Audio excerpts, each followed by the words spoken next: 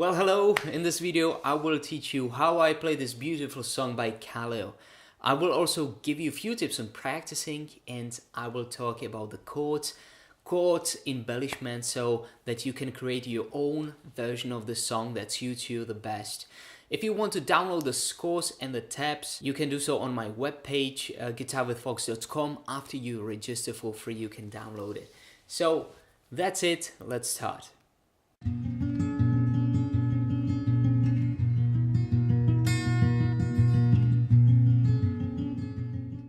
Well, I always start this song with this little lick.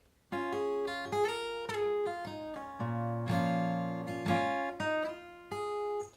I like it a lot. You can look it up on YouTube. It's in the video Kaleo, All the Pretty Girls Live on the Current. And it starts with the tones C and E, first finger and empty string. Then you play a hammer-on with the ring finger. You go back, you play a pull-off with the same finger. So again, hammer-on and pull-off. And now you slide with the ring finger from the tone G to A. Just make sure when you play a slide that you lift up your thumb a little bit. This will make it much easier. The more important tone in this slide is the tone A. So you can play the tone G very lightly and focus on the tone A. Now you slide back from A to G again. Lift up your thumb a little bit. Focus on the tone G. Now you play a pull-off with the ring finger, empty string, and another pull-off from D to C on the string B, 3-1.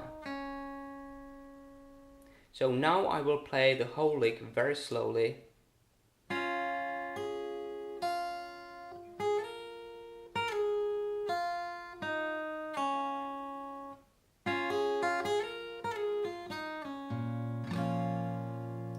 And now you start with the intro. The intro starts like this: A minor chord. You start with the thumb playing the bass, and then simple strums on 2 and 4. Again, 1, 2 and 4, 1, 2 and 4. This is the basic rhythm that you're going to use throughout the whole song. 1, 2 and 4. For the strums I use my fingers, but I saw JJ using only his thumb for everything. So it's up to you. However, very important is that you have to mute the strings after the last strum on 4. And I would mute it with a thumb. I will show you now. 1, 2 and 4. And now you mute the strings like this, putting the thumb flat on the strings. A little tip: practice just this little movement. Play the last strum and lay your thumb flat on the strings like that.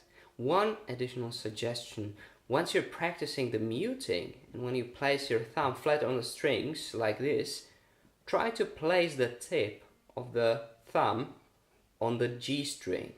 Why?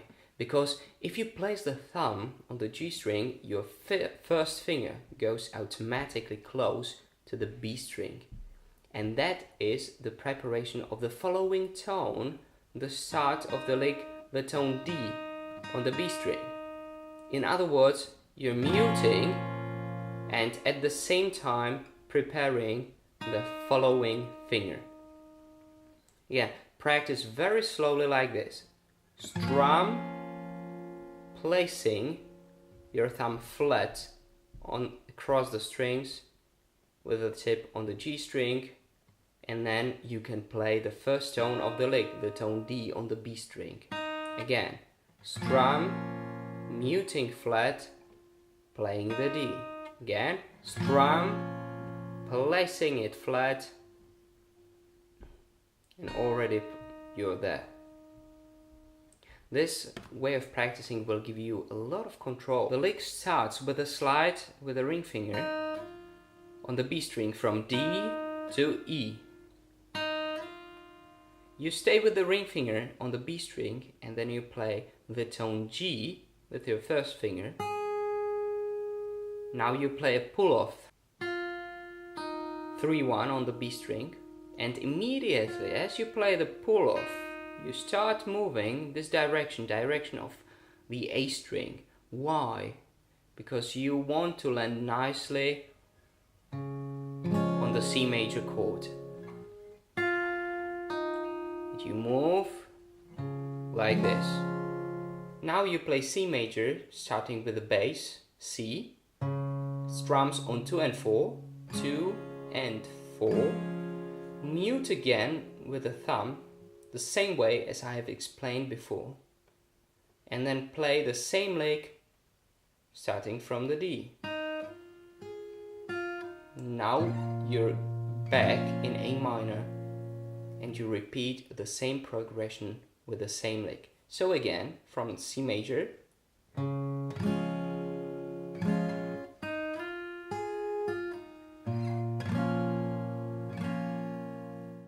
there's one little variation in the lick in the intro that you can hear in the recording.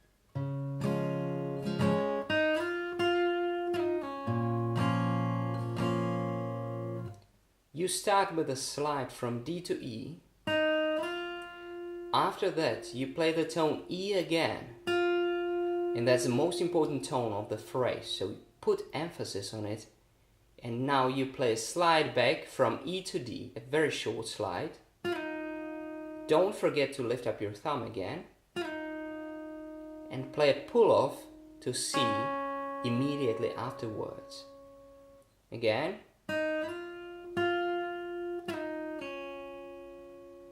If you want to play an easier version of this lick, play it without the second slide. So you start and now you shift without the slide and focus only on the pull-off. It's also possible. There is another way of playing this lick. JJ plays it with his little finger and he's also adding an additional bass tone, the tone G, on the E string. It sounds like this.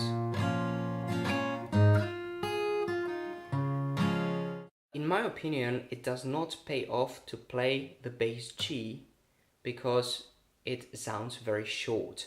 Why?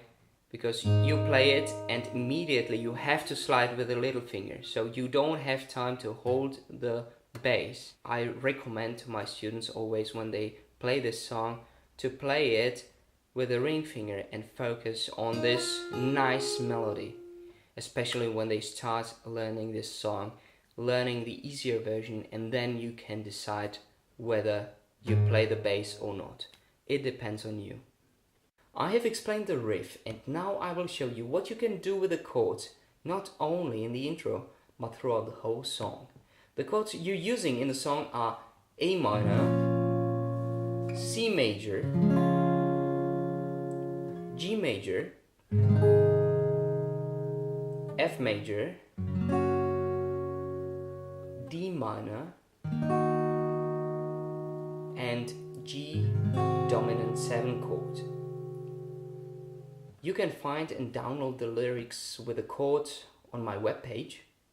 And because you mostly play only this progression, A minor, G major and C major, it can sound a little bit boring after you play it for the 10th times the same way. I will show you now how to play these chords differently. There are a few simple options. We start with the A minor chord, and instead of playing the complete chord, you can lift up any finger from the chord and play a hammer-on. So for example, we start with the middle finger. Again.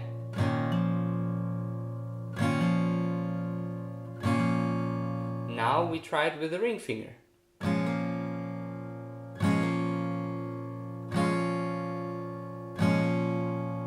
Now with the first finger.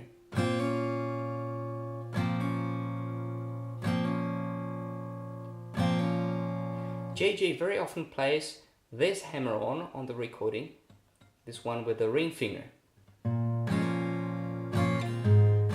Again.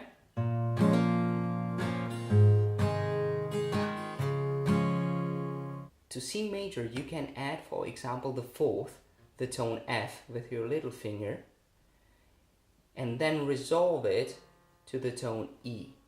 I will show you. Again, at first you play the shape with the little finger and then you lift it up. That's all you have to do.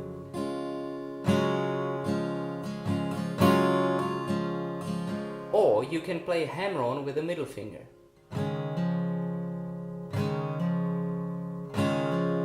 Or you can combine both.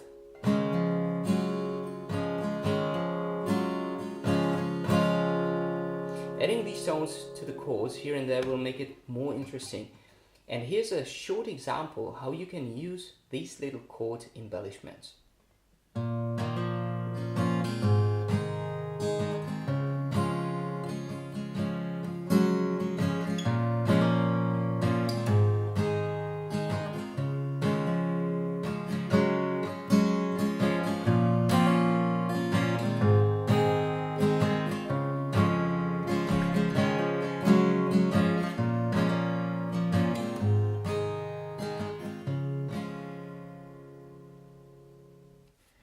One last thing, a little tip for practicing. As you have seen, we play many hammer-ons and pull-offs and slides, and all of this additional technique can cause so much trouble if you use too much force, and unfortunately, too many guitar players do so. This is a little tip on how to focus and practice relaxation of the hand and precision of the movement, which is so important in this technique. So check this out. Let's choose the start of the first lick we learned. There is a hammer-on and pull-off. So you just start playing it with both hands, focusing on proper placement of the ring finger, using the least pressure you need. This is the first stage. Just play it as long as you need to start feeling really comfortable with these tones and movements. Your hand should be really relaxed, and once you feel it's really easy, the second stage is adding the additional technique. But the trick is not to change the pressure and amount of tension in your hand. It should feel almost the same as if you play it without the additional technique, with both hands. And now you play it twice with both hands. Again. And now you add the technique. Focus on the tension in your hand. It should not change when you add these techniques. And this is the way how I would approach practicing all these licks and chords with additional hammer-ons, because this is the way how you learn precision. Well, that's it for now. I hope this video was helpful to you. Let me know in the comments below if you have any challenges, problems, if the ways of practicing that I suggested to you helped you. I wish you a very productive and pleasant practicing session. See you soon.